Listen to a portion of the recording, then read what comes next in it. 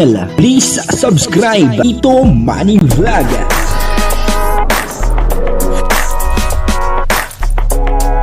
Payagan po si Tito Manny Vlog na mag-reactor para pambiling gamot sa kanya pong karamdaman. Wala man siyang records ng ng awayan. Kalingap Dan, sasamahan daw po niya itong si Joy Diwata habang nagpapagaling itong si Joy Diwata. At labis-labis din talaga ang pag-aalala ni Kalingap Dan dito kay Joy Diwata. At na-appreciate naman po ni Joy Diwata yung pong nararamdaman ni Kalingap Dan na talaga namang nag-alala po siya masyado. Papanoorin po natin yung video at bibigyan po natin ng konting reaction. Pero bago po yan, ako muna po yung bumabati sa inyong lahat ng magandang umaga, magandang tanghali at magandang gabi sa inyong lahat mga kapatid. Saan man kayo ng panig ng mundo naroon ngayon, ay mag-iingat kayo palagi at pagpalain kayo ng ating Panginoon. Maraming salamat din po sa patuloy na tumatangkilik sa aking YouTube channel at nanonood sa aking video reaction. Patuloy lang po natin suportahan sila Kuya Bal Santos Matubang, Kalingap Rab, Ate Edna Vlog, Jack Tapia, Kalingap Dan, at yung mga kasama natin sa Karepa. At ganoon din po yung mga charity vlogger na Kalingap partner. Ito po yung video na kung saan ay talagang sasamahan daw po ni Kalingap Dan itong si Joy Diwata hanggang sa ito ay gumaling. At labis-labis po ang kanyang pag-aalala dito kay Joy Diwata. Ang kabuuan po ng video ito ay mapapanood po natin sa YouTube channel ni Kalingap Rab. Nararamdaman mo dyan? Nakapangina ka. Dahil dyan, may nararamdaman ka. Ano lang po sumasakit? Paano siya sumasakit? Pag malamig? Or pag gumagalaw? Pag gumagalaw po, Bawat galaw mo? Ano sabi ng doktor para maiwasan yung sakit? may gamot, laser. Pero hindi painkiller gano'n. Tapos antibiotic, ininom mo? For 6 months? Hindi po, pag lang habang sumasakit lang, tapos nawawala na rin naman ako. Kasi maliit lang. Buti napacheck up mo kagad. Kaya nga po, hindi. Anong naramdaman mo? Bakit mo pina-check up agad? Isang loob? Sumakit. Dahil Sumakit na sumakit. masyado. Pag-iisip ko kahapon.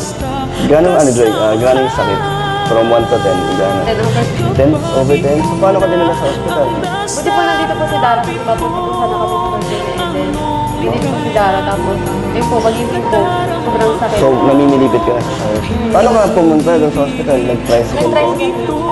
Malapit man lang po. Diyan sa Lourdes. Bakit, Joy, hindi mo kasi tinawagan para ako nag-atid sa'yo at sinamahan sa sa hospital?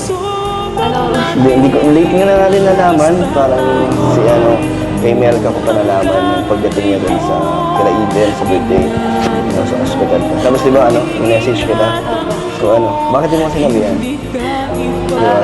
Ba't ka naman nahiya? Sabi ko sa'yo, diba, ako yung una mo or pangalawa mong lalapitan pag kailangan mo na. Katulad niya, emergency, diba? Hindi ko naman po alam na, kala ko ay, lang, nalamigan na nga po. Grabe. Tapos ngayon nagulat ka na. Pero naman, ikaw gagaling ka. Samahan kitang gumaling. Sabay tayo nagpapagaling. 6 months yan? O di ba 6 months yan ako nagpapagaling? Grabe nga, Joy, sinasamahan mo ako talaga.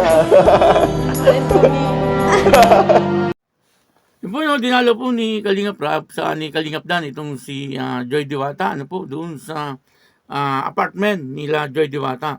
At dito nga po ay nabalitaan nga daw po nila na sinugod sa ospital at nagkasakit nga daw po itong si Joy Diwata. Ang nagsabi po ay itong si Melka. At yun po siguro ang dahilan kaya po hindi po sila nakapunta doon sa birthday ni Eden. At buti na lang na doon po si Dara nung mga panahon na yon kasi ay kung wala po si Dara ay talagang mahihirapan itong si Joy Diwata kasi ang kasama niya pong pumuntang ospital ay itong si Dara at hindi naman po siya iniwan ni Dara kasi alam naman po nating lahat na yung mga Kalingap Angel ay ang tinginan po niyan parang magkakapatid na yung iba lang naman ang talagang nagbibigay nagbibigay ng kapintasan sa mga Kalingap Angel. Pero ang katotohanan po niyan, sabi nga po ni Kalingap Dan sa ni Ryan, ay maayos daw po yan na pag magkakasama ay para daw lang po itong mga magkakapatid. At wala daw po yung inggitan. At yun dito ay labis ang pag-aalala ni Kalingap Dan, lalo na po nung nalaman niya na merong cyst sa tiyan itong si Joy Diwata, at meron pa nga po ditong buzzer dahil po sa pangyayari na yan, kasi kung matatandaan nyo, si Kalingap Dan ay bukol din yung nakita sa tiyan, at kay Joy Diwata ay ganun din, sabi po nung isang buzzer ay kinakarma na daw po dahil doon sa ginawang pang-iiwan doon sa dating kapartner ni Kalingap Dan. Grabe naman grabe naman po kayong magsalita, wag naman po kayong ganyan. Hindi po uso yung mga ganyan karma na ganyan, kasi wala naman pong iniwan, at nag-usap naman po ng maayos, at ang isa pa, bakit naman kakarmahin? At nakikita naman po natin na sa ngayon nga ay sunod-sunod nga po ang kanilang blessing. At buti na nga at nalaman yung meron silang sakit na gano'n kasi naagapan. Kung karma po yan, ay hindi po malalaman. Yan po ay lalala hanggang sa talagang sila ay pahirapan. Hindi gano'n ang nangyari. Na nakita kaagad yung sakit sa kanilang katawan. Kaya ngayon ay parehas po sila na nagpapagaling at nagagamot. At makikita po natin sa banda dyan talagang magiging maayos na po ang kanilang kalagayan. At sabi nga po ni Kalingap Dan ay sasamahan niya nga po itong si Joy Diwata sa pagpapagaling. Kasi parehas pong 6 months Kaya Kalingap Dan ay 6 months din ang kanyang pagpapagaling. At ganoon din po itong si Joy Diwata. Kaya sabi ni Kalingap Dan, isasamahan kita sa iyong pagpapagaling. Yun po ay parang nakatawa lang si Kalingap Dan. Parang joke pero totoo po yun, yung kanyang sinasabi. Kasi nakikita naman po natin na talagang naandun, yung pag-aalala niya po. At talagang kung pwede lang, na may magawa si Kalingap Dan sa sakit ni Joy Diwata, siguro gagawin na po ni Kalingap Dan. At ang isa pa po rito, nagbilin po siya kay Joy Diwata, kapag ganun po ang pangyayari, ay tawagan po siya kaagad. Siyempre, kailangan po ng sasakyan. At siyempre, automatic, pagka tinawagan si Kalingap Dan, ay pupunta po kaagad yan. Sa ganun, ay merong service si Joy Diwata papunta ng ospital. Tama po yun, kasi mag-aabang pa ng tricycle.